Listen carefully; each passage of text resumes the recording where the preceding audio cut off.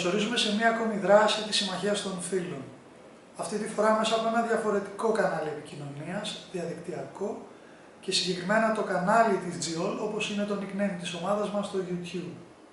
Αφορμή για το νέο μας project, με την υποστήριξη πάντα του Ιδρύματος Heinrich Böll Ελλάδας, είναι η πρόσφατη κοινή μας έκδοση ενός εξειδικευμένου οδηγού για την υλοποίηση εκπαιδευτικών και επιμορφωτικών δράσεων στο πεδίο της έμφυλης ισότητας.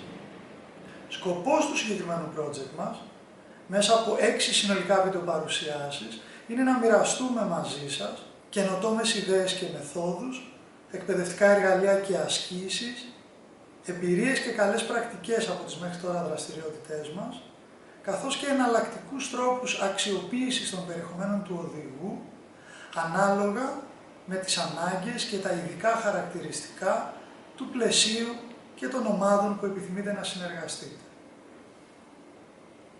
Στο πρώτο μας αυτό βίντεο θα ασχοληθούμε με τα εξειδικευμένα εργαλεία που περιγράφονται στον οδηγό ως ενεργοποιητές.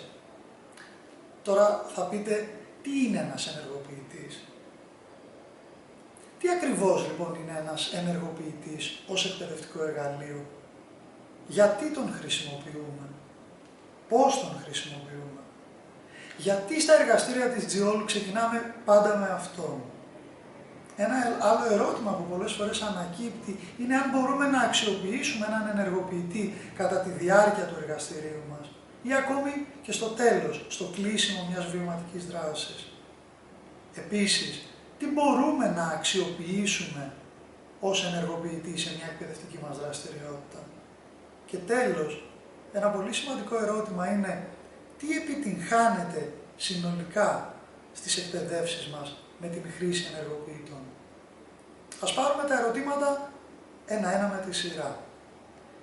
Ένας ενεργοποιητής είναι ένα συγκεκριμένο μεθοδολογικά εκπαιδευτικό εργαλείο για μια βιωματική διαδραστική δραστηριότητα.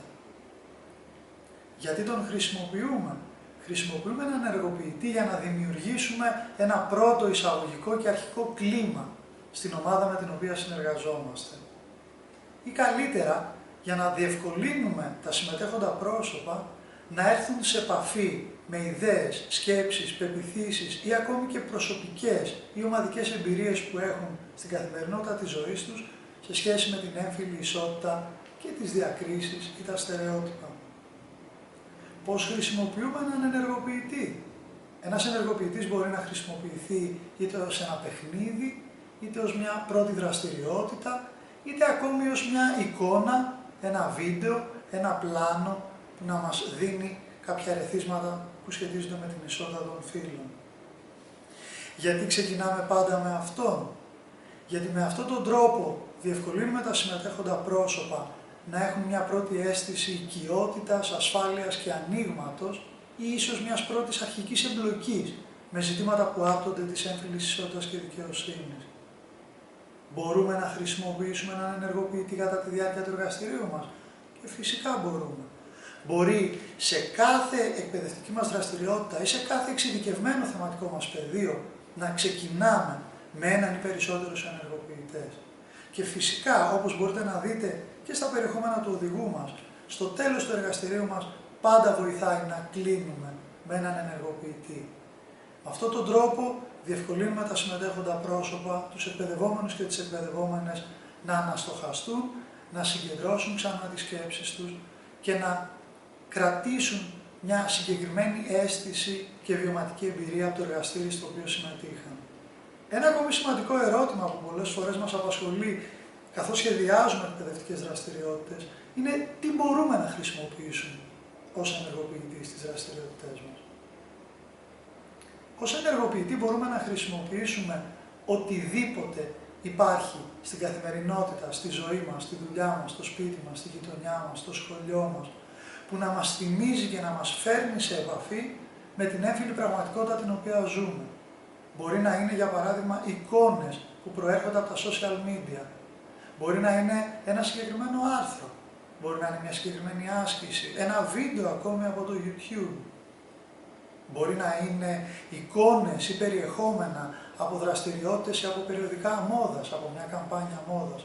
μπορεί να είναι ακόμη αναρτήσεις στα social media, στο Facebook, στο Instagram. Ένα τελευταίο ερώτημα για την συγκεκριμένη βιντεοπαρουσίασή μας είναι τι επιτυχάνεται συνολικά στις εκπαιδεύσεις μας με την αξιοποίηση ενεργοποιητών.